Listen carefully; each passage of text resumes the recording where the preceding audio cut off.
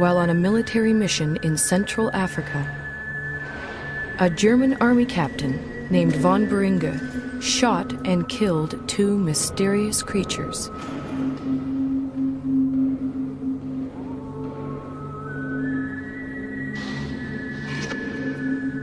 He then sent the skull and bones of one of them back home to Germany.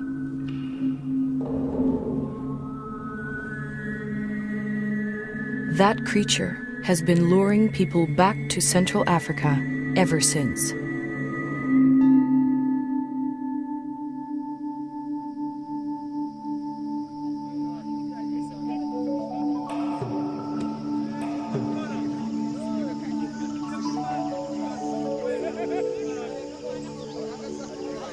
In 1921, American naturalist Carl Akeley made his way to the gorilla's ancestral home. The Virunga volcanoes, in what was then the Belgian Congo. Akeley brought a movie camera to document his visit, and a little girl to help prove Africa wasn't such a dark continent.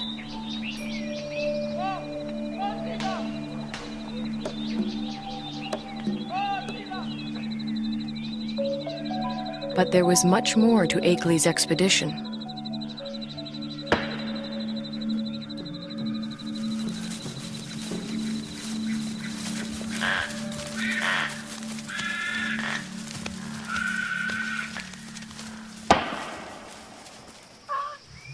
Akeley had come to collect mountain gorilla specimens for exhibit in New York.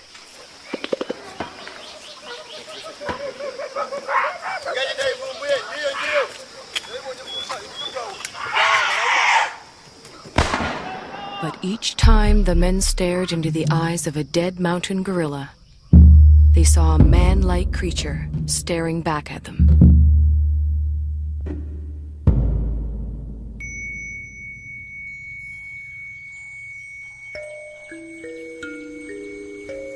Akeley decided the killing must end.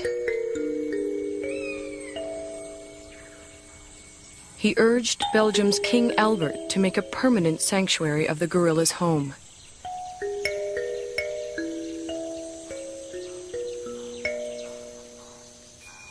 Today, in the cold, rainy high ground of Rwanda, Uganda, and Zaire, the gorillas live on much as they have for thousands of years.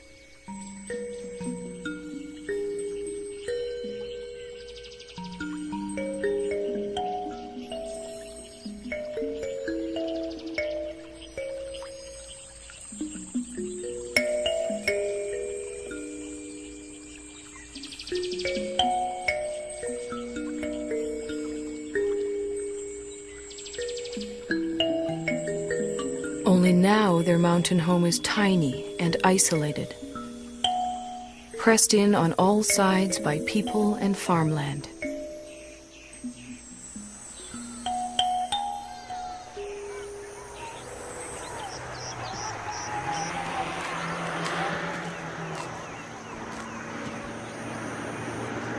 More and more, the mountain gorilla's future lies in human hands.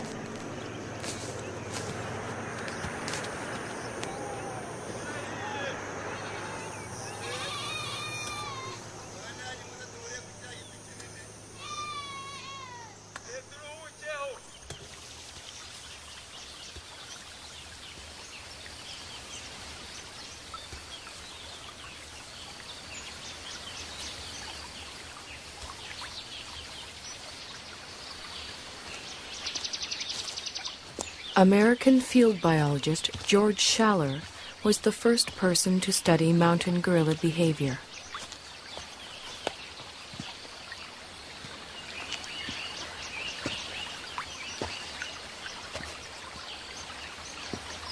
He and his wife Kay spent a year in the forest in 1959.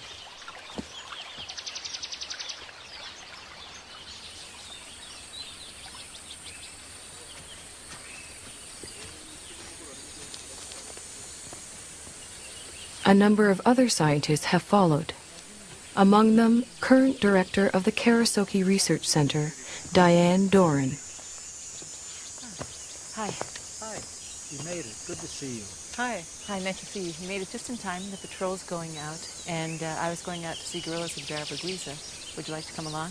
Wonderful. Great. Okay. Tugende. Tugende Guiza.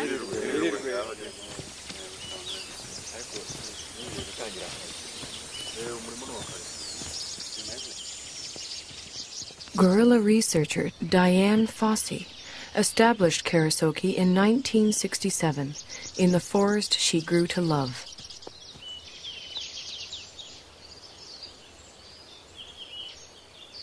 For Schaller, too, the forest became an enchanted place.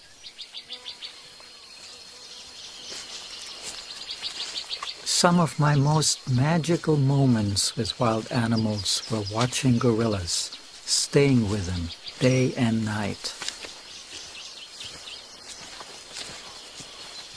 I used to do all my own gorilla tracking. You walk along slowly, you see the broken vegetation, you smell the animals. There's the musty, somewhat sweet odor of gorillas in the air.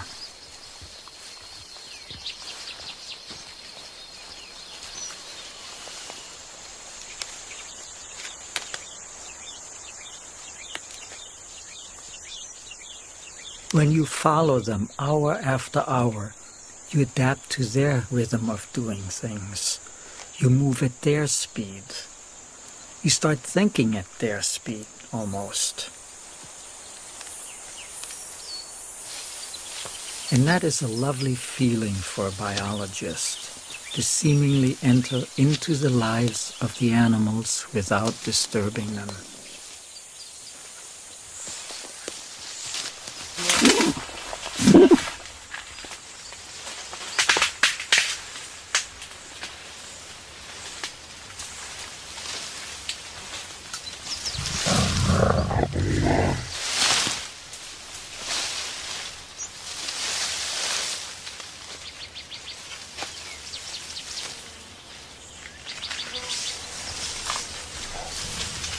When approaching the animals, scientists try not to be too quiet.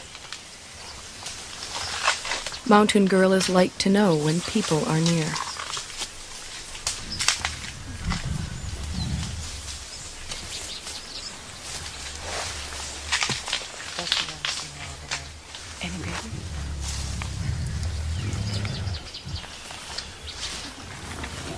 The mountain gorilla's day is spent feeding and resting. Feeding and resting, and feeding some more.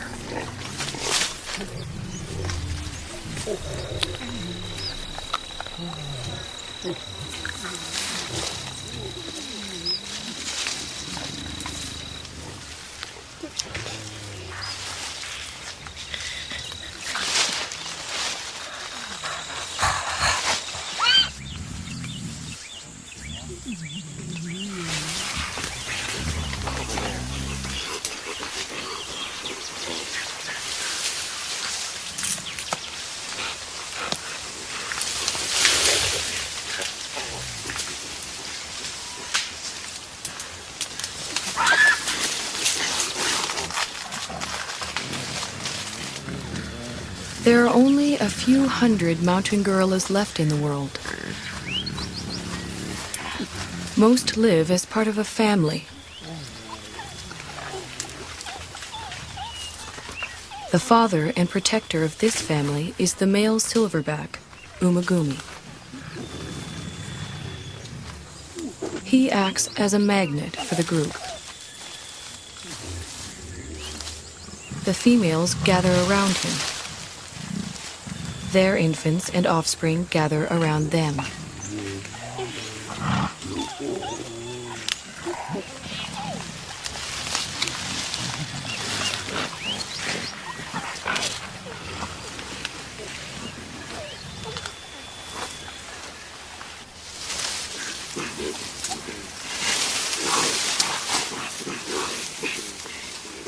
Mountain gorillas are social animals. The closeness begins in infancy. Rarely, if ever, does a mountain gorilla mother let her baby out of her sight.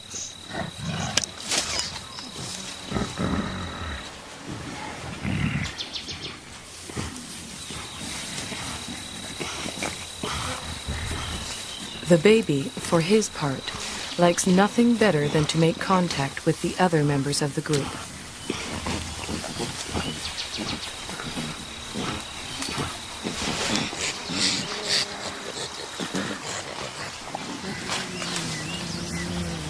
Even when they spread out to begin their daily search for food, the gorillas continue to communicate with one another.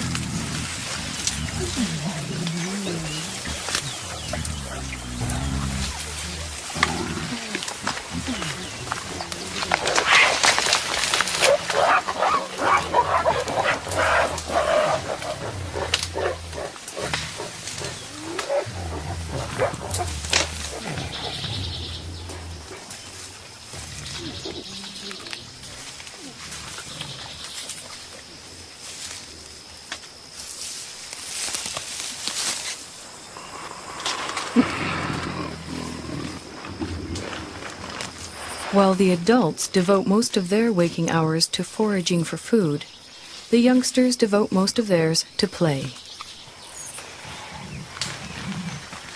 Park guards have named this 3-year-old Nzeli.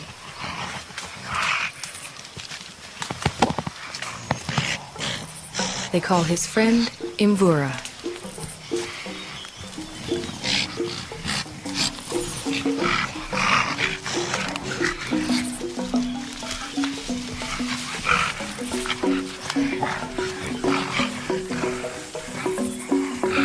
At 8 years, Karira is a bit of a bully. Washushwe is only 4.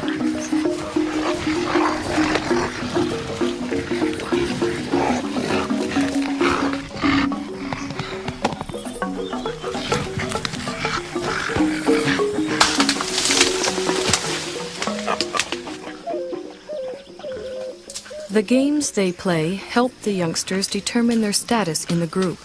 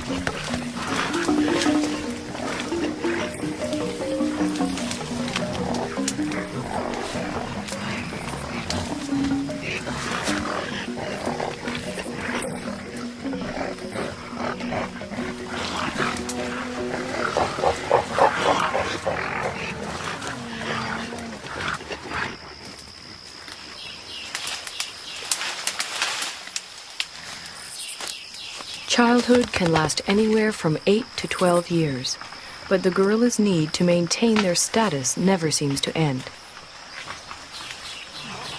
Any opportunity to reinforce the hierarchy is seized upon.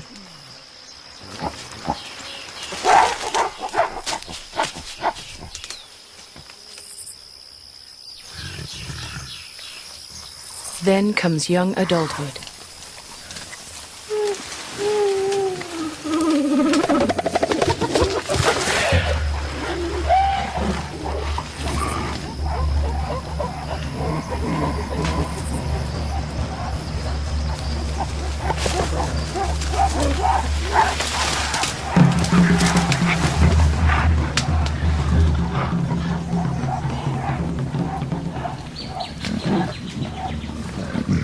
At 13, Intwari has the beginnings of a silverback.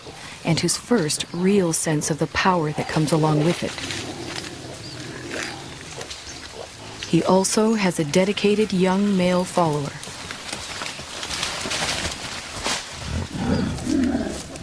But what Ntwari really wants is the attention and allegiance of the females in the group.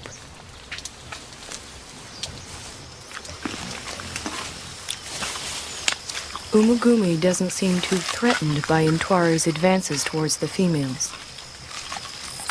Well over 400 pounds, the dominant male silverback could easily discipline the younger one, or throw him out of the group altogether. For now, Umugumi seems content to focus on the local vegetation, of which he eats some 50 pounds a day.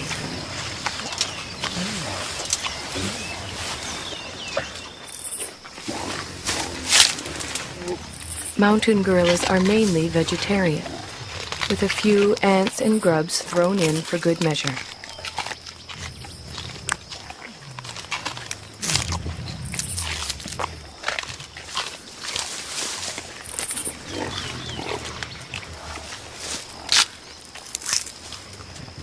Their staple diet includes a bitter, stinging mixture of thistles, nettles, goosegrass, bamboo, and wild celery.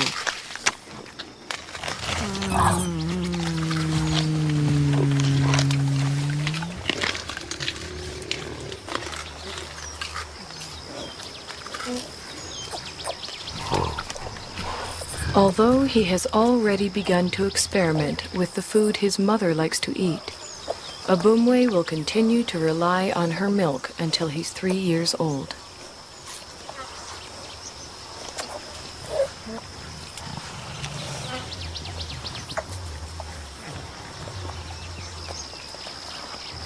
By the time he's 4, Abumwe will be strong enough to forage on his own.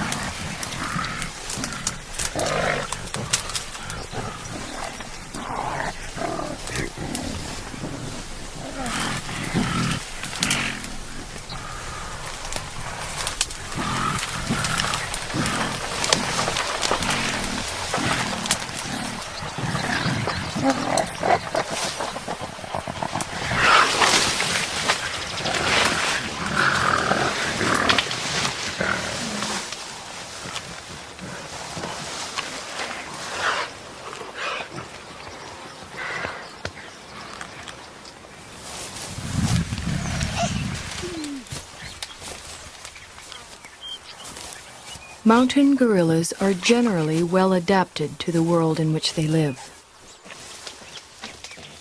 But however idyllic their home may appear, for the youngsters in the group, the mountains hold many perils.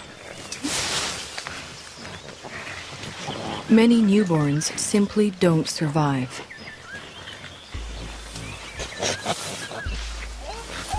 Mbele gave birth 2 days ago. It will be several months before she can even let go of her baby, much less let him out of her sight.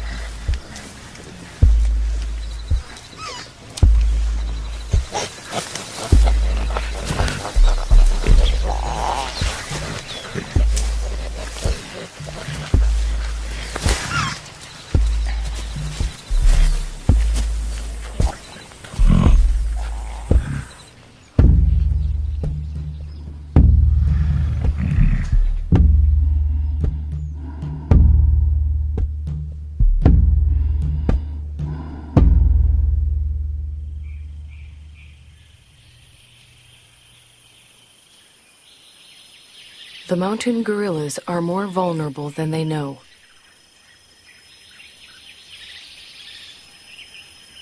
Their ancestral home is much smaller than it once was.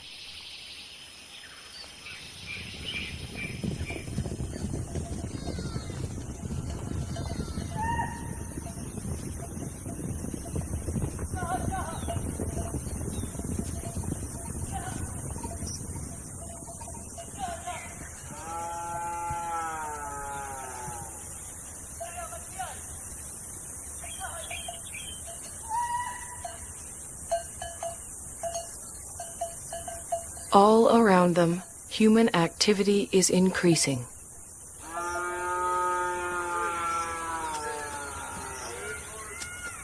Yet the mountain gorillas continue to live and move in ways familiar to them for generations.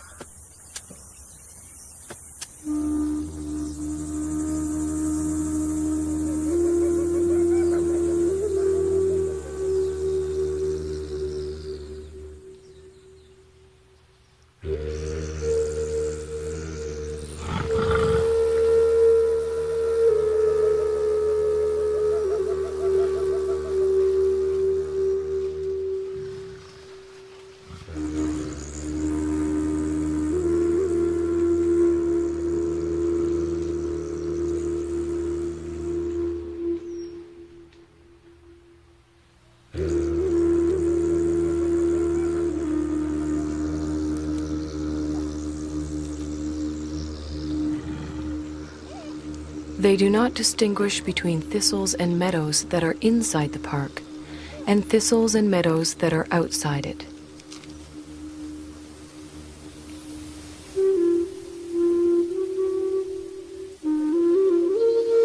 They simply go where their never-ending search for food takes them. Only now they find others there.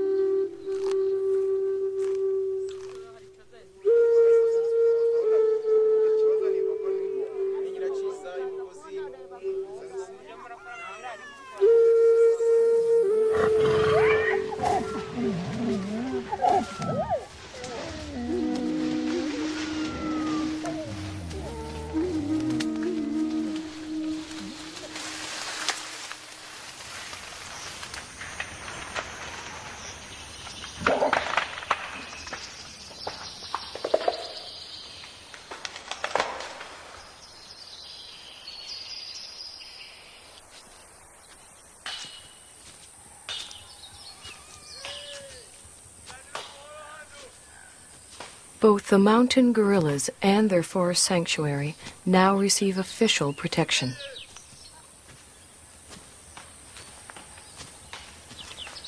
Park guards and anti-poaching patrols go to the forest every day.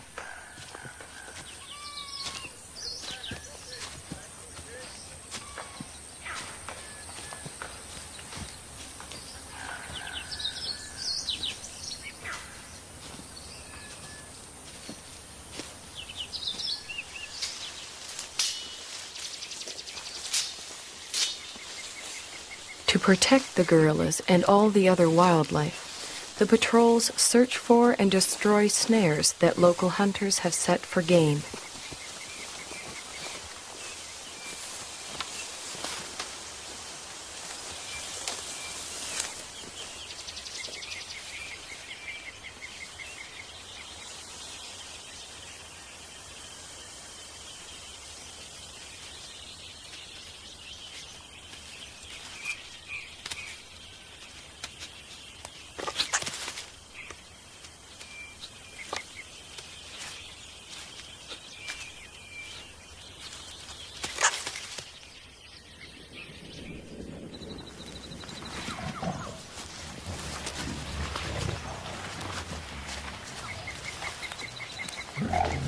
The guards search the forest, checking on the gorilla's whereabouts and welfare.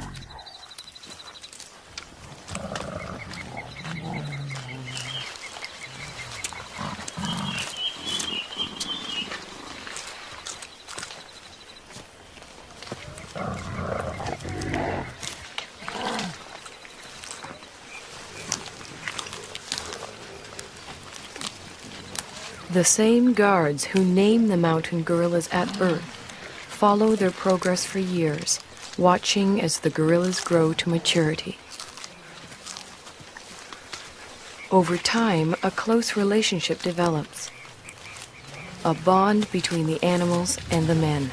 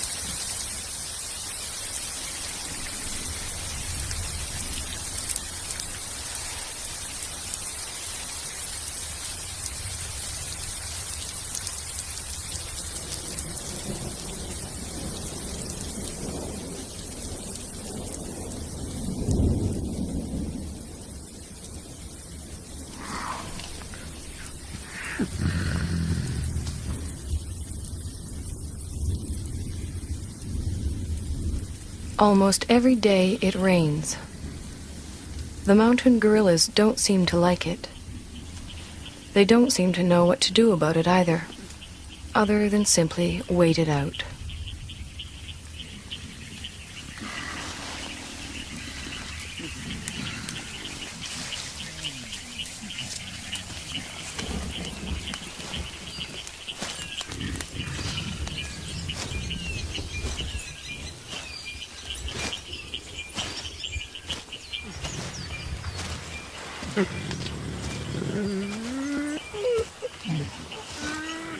At least the rain provides them with a rich supply of food.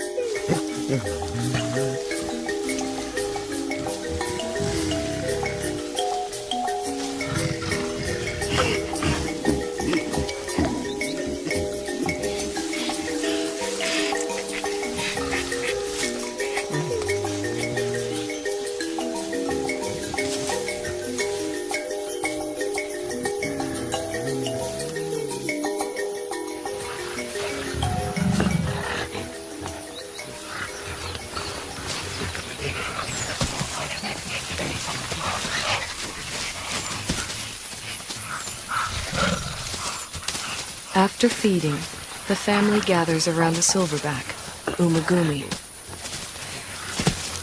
While the adults rest, the youngsters play.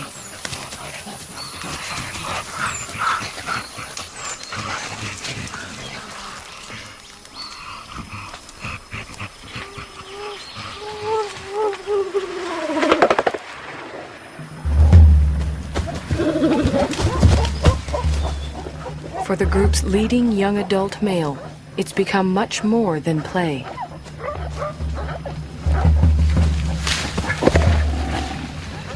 Left unchecked, Intwari's newfound strength could eventually tear the group apart.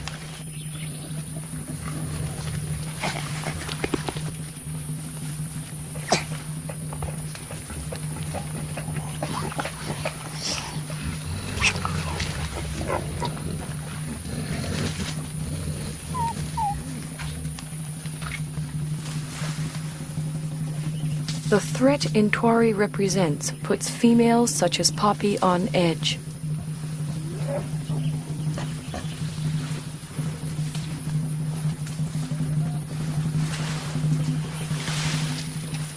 Determined to get some kind of reaction from the others, Intwari bites into an inedible plant and contemplates his next move.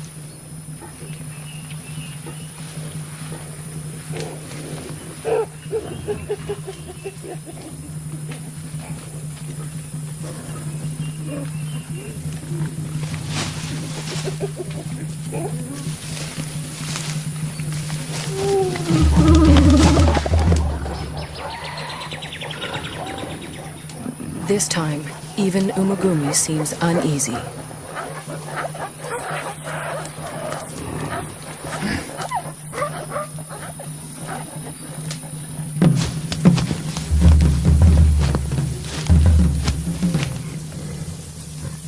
Intwari is presenting himself as their new leader, but the females don't see it that way.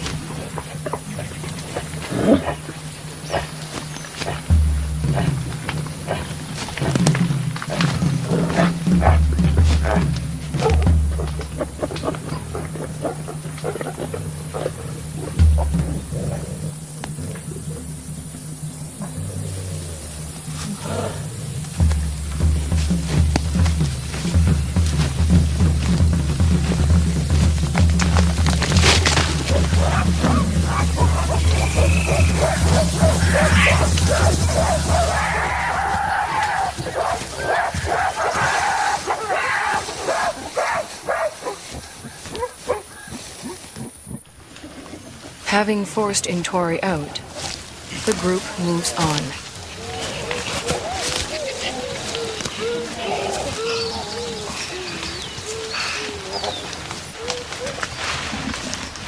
Before she joins them, Poppy, still vibrating with excess energy, vents it on the first young male she can find.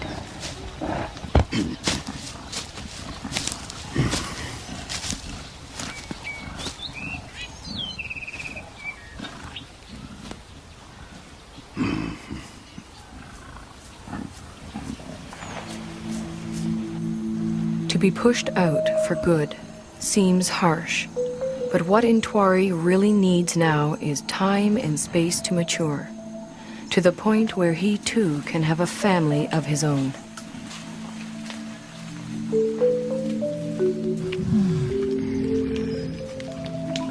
The next few years are critical for Intwari.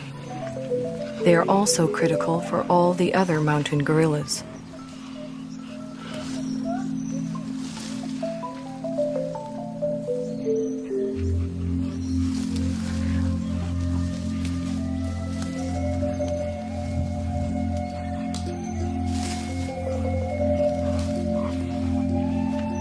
Whether the outside world will allow Intwari and the others the time and space they need is an open question.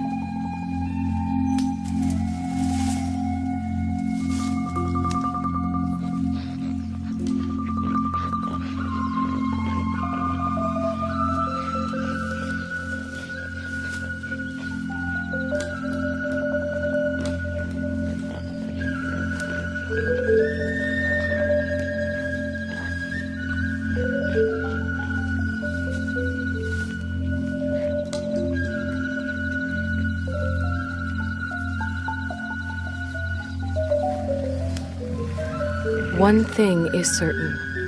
If the mountain gorillas are to survive, we will have to protect them and their forest home forever.